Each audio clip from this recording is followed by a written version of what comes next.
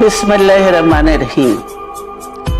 প্রিয় নেতৃবৃন্দ, সহকর্মীবৃন্দ, সকল শরণার্থীগণ, আসসালামু আলাইকুম। প্রতি বছর মে মাসের এই দিনটি আমাদের পরিবারে আসে এক বেদনা বিধুর স্মৃতি নিয়ে। এই দিনে শুধু আমাদের পরিবার নয়, বরং সমগ্র দেশই হয়ে উঠে পড়েছিল বেদনার্ত ও অভিভাবকহীন।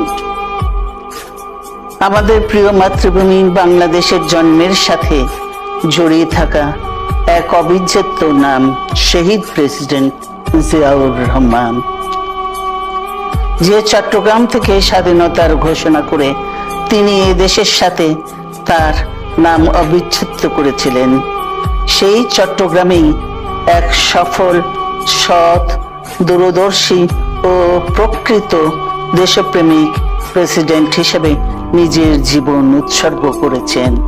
এদেশে গণতন্ত্র, স্বাধীনতা, সংবাদপত্র ও বিচার বিভাগের স্বাধীনতা, স্বনির্ভরতা ও উন্নয়ন এবং নিজস্ব জাতীয়তাবাদ সৃষ্টির অনন্য রূপকার শহীদ জিয়া, যে গণতন্ত্র প্রতিষ্ঠা আর সার্বভৌমত্ব রক্ষার লড়াইয়ে তিনি শাহাদাত বরণ করেছেন, সেই গণতন্ত্র নিরবচ্ছিন্ন যাত্রা আজও বাধাগ্রস্ত হচ্ছে প্রতি পদে পদে।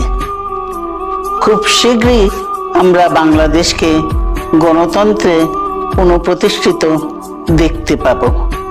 এই হোক শহীদ জিয়ার শাহাদাত বার্ষিকীতে আমাদের অঙ্গীকার।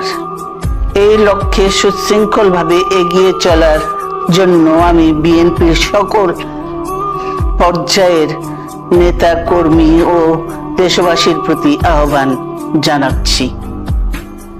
মনে রাখবেন, সবার জন্য গণতন্ত্র ও উন্নয়নের মাধ্যমে সকল সমস্যার সমাধানের যে রাজনীতি শহীদ জিয়া রেখে গেছেন, তা বাস্তবায়নের মাধ্যমে তার প্রতি শ্রদ্ধা জানাতে হবে।